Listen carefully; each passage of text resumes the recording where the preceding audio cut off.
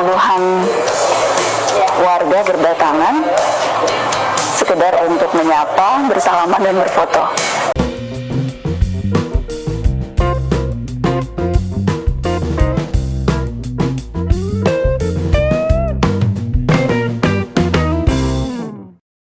Assalamualaikum warahmatullahi wabarakatuh. Shalom, Om Swastiastu, Namo Buddhaya, salam kebajikan, salam sejahtera bagi kita semua. Kembali lagi dengan saya di sini Leonardo Sirait di channel kesayangan kita ini, Sirait Media. Opini Bang Leo. Oke teman-teman, kali ini kita membahas agak berbeda sedikit gitu ya, dimana ketika Najwa Shihab ya itu menjadi saksi atas apa yang terjadi pada Pak Jokowi ya. Dia datang ke rumah Pak Jokowi ke Solo gitu ya. Dia bermain di situ, mewawancarai Pak Jokowi gitu ya. Yang mana rumahnya itulah selalu didatangi ribuan masyarakat yang cumannya ingin bertemu dengan Pak Jokowi dan bersilaturahmi, sekalian ya foto-foto gitu ya. Dimana sebelumnya masyarakat yang berbondong-bondong ke rumah Pak Jokowi yaitu kan dicap sebagai settingan atau bayaran, dianggap mereka ini kan ini seperti mengolok-olok gitu ya para pembenci Pak Jokowi ini gitu ya. Apalagi ya, anak aba dan anak banteng. Nah, tapi kalian sekarang mau apalagi kalau jurnalis ya, junjungan kalian sendiri gitu ya, itu yang sudah mengakui bahwa itu memang murni gitu ya. Ini Pak Najwa Shihab bertemu Pak Jokowi gitu ya, tanpa settingan, dan rakyat memang rindu akan mantan presidennya gitu ya. Oke, tanpa berlama-lama langsung aja kita saksikan video berikut ini.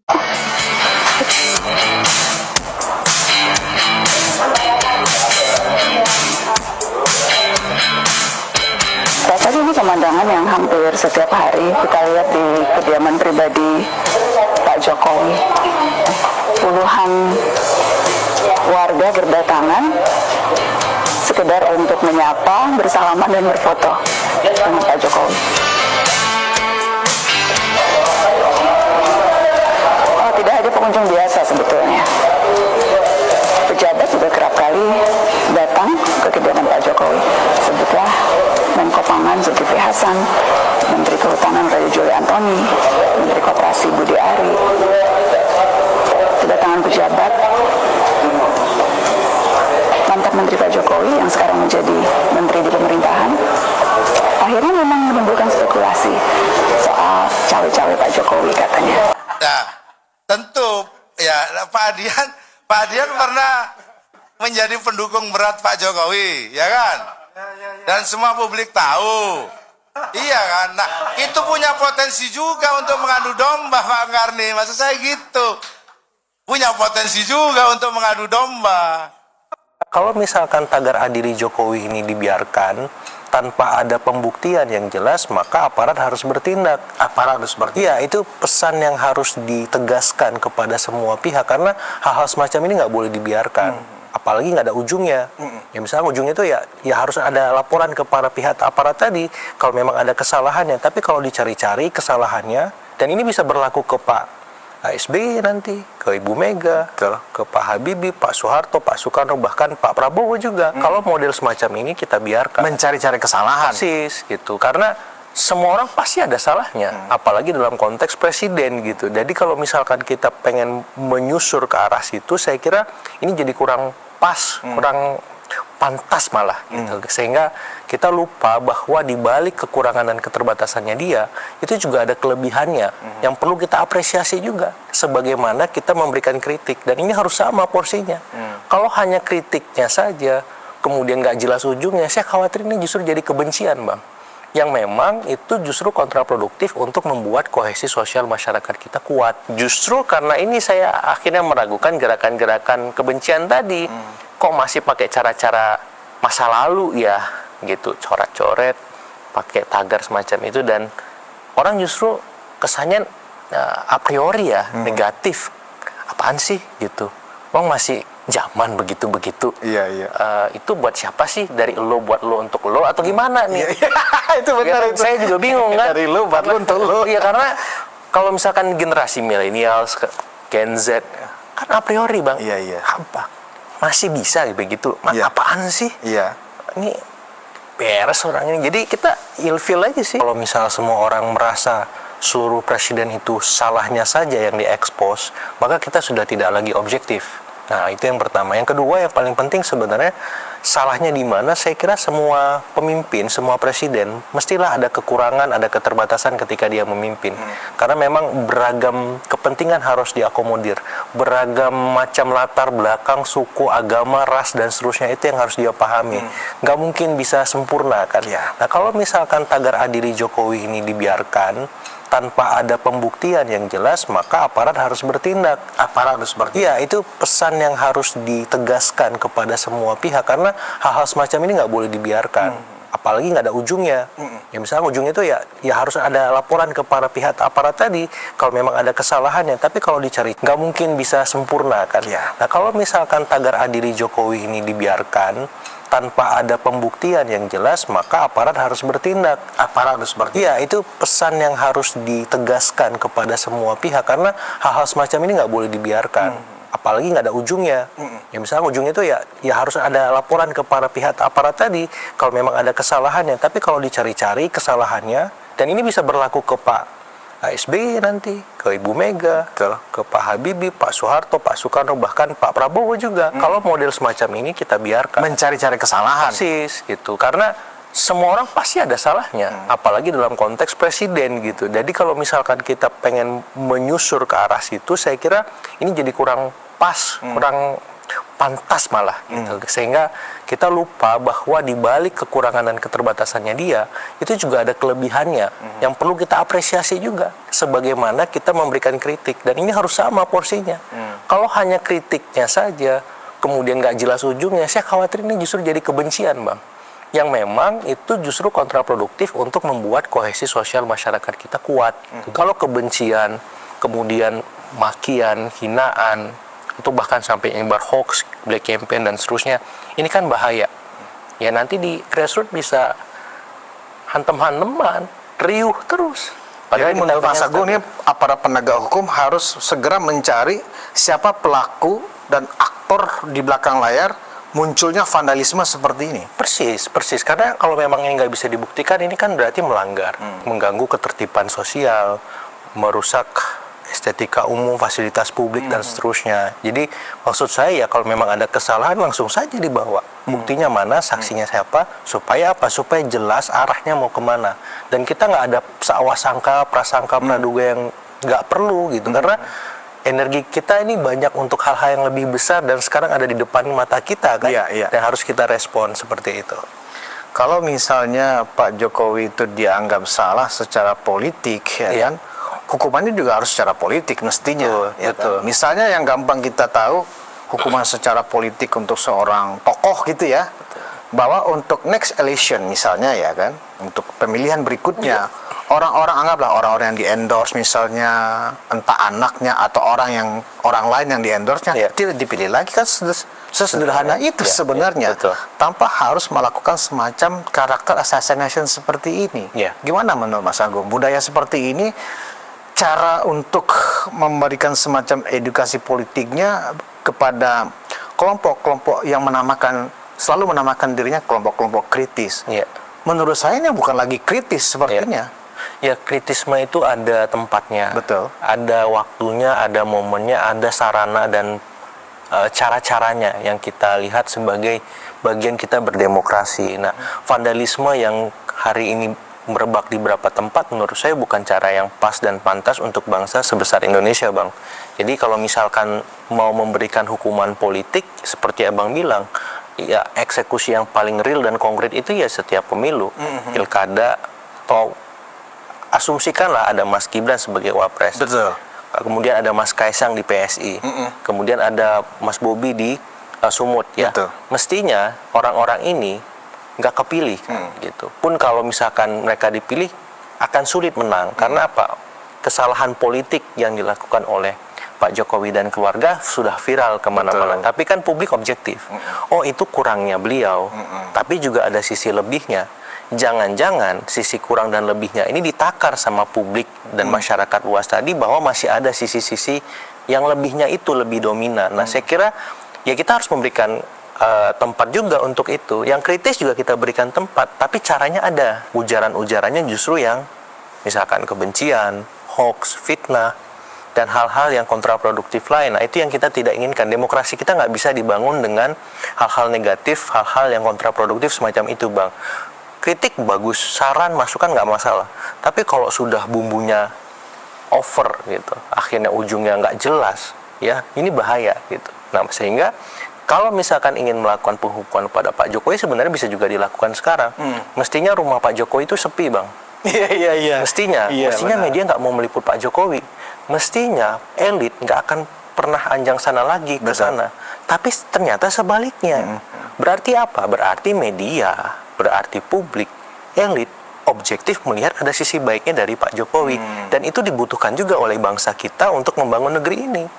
Nah, artinya apa? Artinya ada loh sisi positifnya selain sisi negatifnya tadi. Nah, yang kritikus tadi, yang teman-teman berseberangan harus melihat ini juga. Sehingga apa? Sehingga seimbang, proporsional, profesional, mengkritiknya objektif. Nah, saya melihat hal-hal semacam ini perlu kita dorong. Betul. Supaya apa? Supaya masyarakat kita semakin ya cerdas, cermat melihat segala sesuatu, tidak latah, tidak terbawa arus, dan akhirnya mereka nggak tahu, Bang, mana yang benar, mana yang salah, mana yang memang nggak perlu mereka respon. Sehingga ya ini repot kan kalau di era keterbukaan informasi seperti sekarang, kalau misalkan semuanya nggak jelas dan semua pihak nggak mau menjelaskan itu. Dan saya senang podcast ini memulai untuk melakukan pencerahan yang konsisten seperti itu. Nah, di dalam era demokrasi, memang kita membutuhkan kelompok kritis. Betul. Kan begitu ya.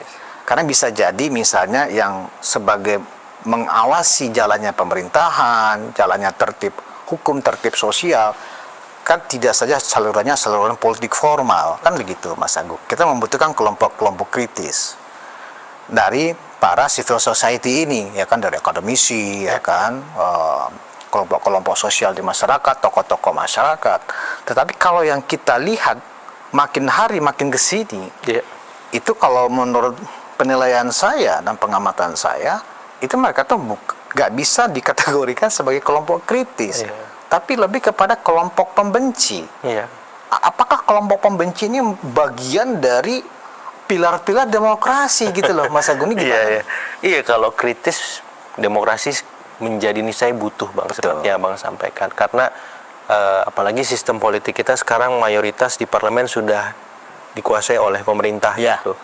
Tersisa PDIP di sana. Jadi kita butuh alternatif, butuh referensi berbeda sehingga bisa melihat secara utuh setiap kebijakan yang diambil oleh pemerintah. Dan ini positif. Tapi kalau sudah pembenci, ya, ini jadi negatif. Kenapa? Karena yang ada arahan-arahan yang menghancurkan tatanan yang ada, Bang. Bukan hanya soal demokrasi kita, konstitusi kita, tapi juga kehidupan masyarakat secara keseluruhan. Ini bahaya. Nah, kalau sudah semacam ini, nah ini harus ditindak, nggak boleh dibiarkan, nggak boleh dikasih nafas kalau saya. Karena apa? Karena kita lebih membutuhkan kritik timbang kebencian, Bang. Kalau ini dipupuk terus dipelihara, ini kan menjadi bahaya yang suatu waktu bisa menjadi bom besar yang meledak dan menghancurkan semua yang kita bangun dari awal. Nah, saya nggak mau. Karena apa? Karena cost-nya terlalu besar. Dan bagi mereka yang over, istilahnya membenci ataupun menyebar fitnah, hoax dan seterusnya itu, ya saya kirimkan pesan, sudahi, ya, cari aktivitas yang lebih bermanfaat lain supaya apa? Supaya negeri ini semakin lebih baik. Ya, karena kalau ekspresi berupa vandalisme dilakukan, pertama merugikan kepentingan orang, ada properti orang yang dirusak, kan begitu. Tidak indah lagi. Dilakukan secara diam-diam di tengah malam tanpa izin dan seterusnya. Dan kemudian kalau dibaca oleh orang-orang yang kurang memahami, ya kan, bacanya kan letterlux aja. Betul. Dan ketika dibaca oleh orang yang termasuk kategori pro dan kontra, bisa jadi ketika itu adili Jokowi misalnya.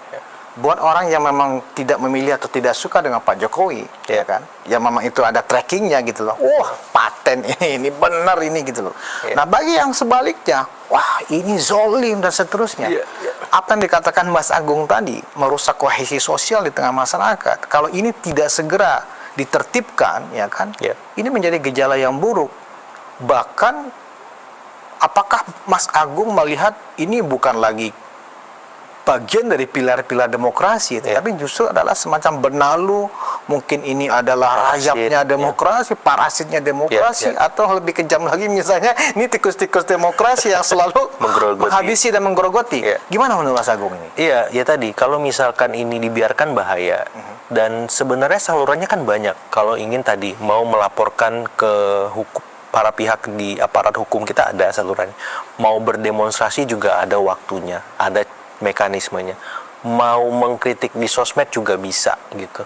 Tapi ya jangan melakukan vandalisme di tempat umum, di tempat private yang itu dimana tidak ada izinnya, kemudian juga tidak jelas arahnya kemana seperti itu. Nah, saya kira benalu parasit aktivitas semacam ini bagi demokrasi justru tidak sehat, tidak baik, tidak boleh diteruskan gitu. Nah, saya kira perlu para pihak terkait ya dalam hal ini aparat untuk menindak tegas setiap perlakuan yang terjadi yang memang sudah mengemuka sampai hari ini gitu. Karena itu kan banyak ya di Jakarta ini saya juga beberapa kali membaca itu gitu. Kok ini masih ada kok nggak diselesaikan semacam itu. Jadi saya melihat ini jadi presiden ke depan. Kalau misalkan ini dibiarkan, ini kan bisa tadi mengena ke seluruh eks-presiden lain. Terus yang kedua juga, ini tadi bisa merusak kohesi sosial masyarakat. Yang ketiga yang lebih berbahaya lagi, Bang, kalau ini bisa membuat grassroots kita tegang urat-urat politiknya, tegang urat-urat sosialnya. Dan akhirnya bahasan yang lain yang memang menjadi ya pekerjaan rumah kita soal geostrategis, geopolitis. Oke, cukup segitu dulu teman-teman. Berikan tanggapan teman-teman yang menonton video ini bagaimana. Boleh berikan pendapat kalian di kolom komentar. Pesan saya pokoknya tetap jaga persatuan Indonesia. Jangan mau dipecah belah, jangan mau diadu domba karena NKRI harga mati. Saya Leonardo Sirait, mohon undur diri. Bye-bye.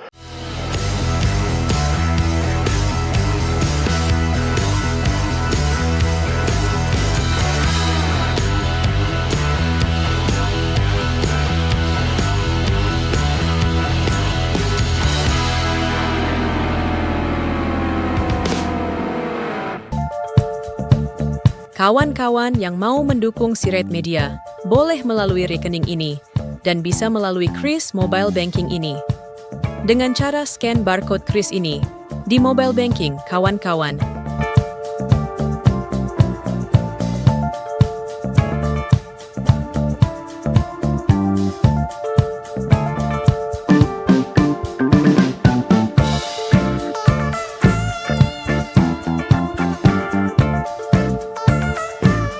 Dan jangan lupa juga mendukung pelayanan di yayasan kami melalui rekening ini dan bisa melalui Kris Mobile Banking ini.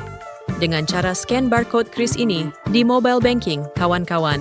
Berapapun itu sangat berguna bagi pelayanan kami. Mari terus kita suarakan suara rakyat jelata dan terus berdampak bagi Indonesia.